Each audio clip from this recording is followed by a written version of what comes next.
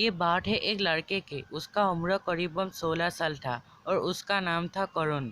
करुण अपने mummy papa के साथ मुंबई में रहता था और उसका दादा दादी शिवसागर के आहमगढ़ नामक एक भीतरी गांव में रहता था। 10 क्लास के फाइनल एग्जाम खत्म होने के बाद करुण अपने दादा दादी के वहां जाने की सोचता है। करुण के पापा को ऑफिस से बहुत काम मिला था, जिससे चलते हो साफ मना कर देते हैं, लेकिन करुण की जिद करने पर उसकी मम्मी जाने के लिए राजी हो जाते हैं। उस दिन शुक्रवार था और पिछले सुबह हम लोग शिवसागर जाने के लिए तैयार हुए। करुण को उसकी दादी ने उसके बर्थडे पर एक पेन और शर्ट दिया था। करुण उसी पेन और शर्ट को पहनकर जूते की लेस मारते हुए खुद मुस्कुरा पड़ता है। ऐसा लग रहा था कि करुण को किसी की याद आ गई, किसी फानी मोमेंट का। करण को याद आई थी उसके बचपन के दोस्त भास्कर, पॉल और पोलाक के बारे में। बचपन में वो लोग कितने मस्ती मजाक करते थे। दादी के बिस्कुट की डिब्बे से बिस्कुट चोरी करके खाना, मछली पकड़ने के लिए जाकर किचन में लेटपेट होकर कपड़ा गंदा करना, रास्ते में नकली नोट फेंक कर लोगों को उल्लू बनाना और बहुत कुछ। मतलब आज करुण के मन बहुत खुश है। उसी समय करुण के पापा ऑफिस जाने के लिए रेडी हो जाता है। ऑफिस जाने से पहले वो करुण को बोलता है कि बेटा अच्छे से जाना, और एक बात, तुम उस गांव के 100 साल पुराने वाले दिहिंग कोठी में मत जाना। वो कोठी बहुत खतरनाक है। दिहिंग कोठी आहुमगढ़ के उत्तरी दिशा के जंगलों के अंदर है।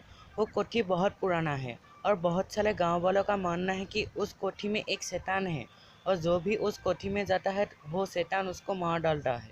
तब करुण बोलता है, मेरे प्यारे पापा, आप टेंशन मत लो, मैं उस कोठी पे नहीं जाऊंगा, और उस कोठी पे जाना तो दूर, मैं उस कोठी को देखूंगा भी नहीं। लेकिन आपको खाना टाइम से खाना होगा और इतना काम में बिजी मत हो जाना कि खुद की सेहत के बारे में ही भूल जाओ। उसी समय करुण के पापा मम्मी की तरफ देखते हुए बोलता है कि देखो तुम्हारे बेटा फिर शुरू हो गया। अरे बेटा तुम एकदम चिंता मत करो, तुम एकदम टेंशन फ्री होके जाओ, मैं सब टाइम पे लूँगा, तुम बस तुम्हारी ख्याल रखना, ठीक है।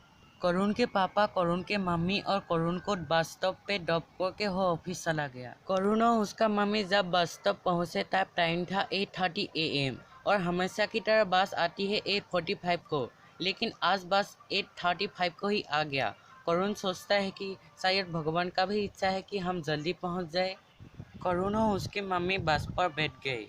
उस समय किसी के पास भी मोबाइल फ़ोन नहीं था, क्योंकि मोबाइल फ़ोन का आविष्कार ही नहीं हुआ।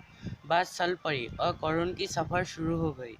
2 दिन लगातार सफ़र करने के बाद वो लोग गुवाहाटी पहुंच गए। गुवाहाटी से बस से आते टाइम करुण की नज़र उस हरियाली खेती पर पड़ती है।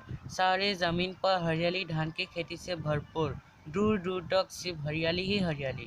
एक मनोरम सुंदर सी दृश्य, जिसको देखते देखते वो कब शिवसागर पहुंच गए उससे पता ही नहीं चला। करुण और उसकी मम्मी एक ऑटो लेकर आहुमगढ़ की ओर चल बसी। आहुमगढ़ पहुंचते ही करुण की बचपन की यादें ताज़ा होने लगा। वो 6 साल बाद यहाँ पर आया है।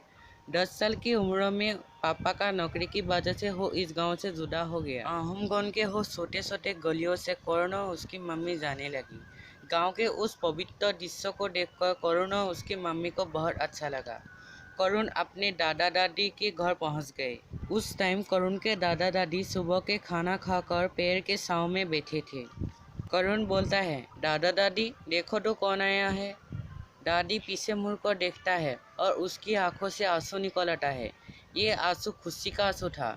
ऐसा लग रहा था कि दादी ने आसमान से एक तारा ही छू लिया। दादा का भी आंसू निकल रहा था। तब करुण के मम्मी उन दोनों से आशीर्वाद लेके बोलता है कि मम्मी पापा आप इतना रोइए मत, नहीं तो हम चला जाएंगे। और करुण भी बोलता है कि हाँ दादा दादी आप रोइए मत, नहीं तो आप लोगों से मैं बात नहीं करूँगा। बाकी की कहानी सेकंड पार्ट में दिखाऊंगा, और सेकंड पार्ट में ये होगा कि वो दिहिंग कोठी पे जाएगा, और कुछ और सेकंड पार्ट में दिखाऊंगा आप लोगों को। तो उसके लिए चैनल को सब्सक्राइब कर दीजिए और वीडियो को भी लाइक कर दीजिए। ओके, टैलेंटेड के बाय बाय दोस्तों।